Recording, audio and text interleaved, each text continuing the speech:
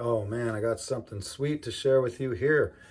Check this out. So this was not made by me. This was made by a guy named Shawn DeRyyder. He actually is from the East Coast, but he spent the summer out here. Actually, he might have spent close to a year out here, and he was staying with another acquaintance of mine, a friend that I know that lives, pretty close to here. And Shawn, while he was in town, reached out to me to learn a few things about flutes. And I will say, Shawn was already a pretty fabulous flute maker when I met him. And as far as like construction is concerned and aesthetics are concerned and sound quality is concerned, he already is just like, I was impressed when I first heard his flutes. And I helped him with some scales and keys that he didn't already have like measurements for and stuff like that, and so helped him out in that area a little bit. This is one example of those ones. And so he moved back to the East Coast, and check him out if you search Sweeping Feather Flutes. That's his website, but you can find him also on Instagram. I'm not sure, he may have a YouTube as well. I think he does. So search Sweeping Feather Flutes and all of those. And again, his name is Shawn DeRyyder. Really sweet man. And how do I say that? I just do want to give him props too, because we all want to know where our instruments are being made. And to know that they're being made by good people with good hearts is definitely an added bonus. And I want to just speak on his behalf on that, because he is just a really righteous guy with a beautiful family and a beautiful young baby girl, and is just really sincere and does a lot of ceremonies, and I really advocate for his good vibes too. Okay, so I wanted to say that, but also advocate for his flutes. And so his flutes, they have a few different features than mine do. They're the type of flute where you can really blow hard on it and not have to worry about an overblow. I typically like to have an overblow, blow pretty medium soft, so that there's more effects, more things that you can do with that flute. But a lot of my customers really just want to be able to just really put some breath behind it. And I would say his flutes really are great for that.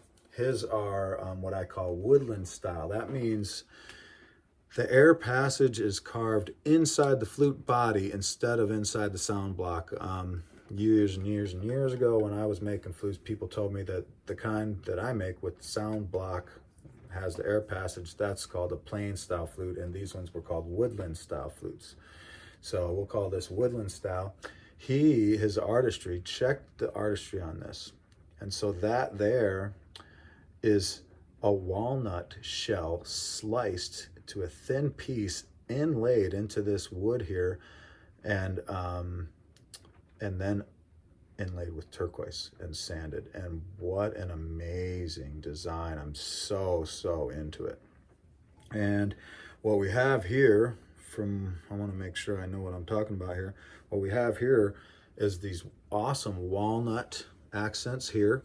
Walnut accents on the side. What a creative way to do an end cap, right? So these are walnut. This here is Spanish cedar on top. Spanish cedar here really has that beautiful shimmer to it, and Spanish cedar here as well. Gorgeous look, very well constructed. It's got a little weight to it too. He makes his flutes pretty thick and really stout. But again, this is Alaskan cedar body, so it's pretty light, but you can feel that weight on the end caps. And so again, like I said, you can really play it. This one's in D, 432 hertz Aeolian, okay? And I'm selling this flute on my website, or if you see it here, reach out to me. But again, you can also go to him to see what else he has in store there. So, but I'll play it just a little bit so you can hear. And again, you can do sound block adjustment. I pushed it a little bit forward so I could potentially get an overblow, but I want to just wail on it a little hard just so you can see what I mean.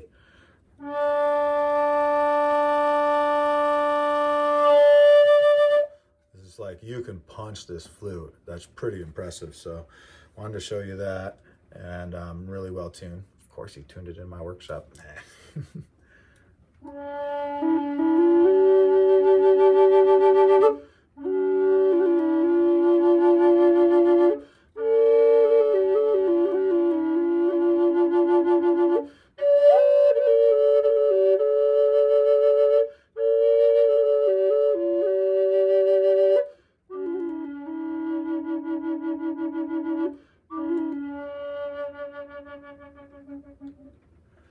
So again, and it doesn't mean you have to blow, you know, aggressively on a flute like this, but really deep, rich tone. You can really give it some energy if you want. I'm going to play it with some effects now.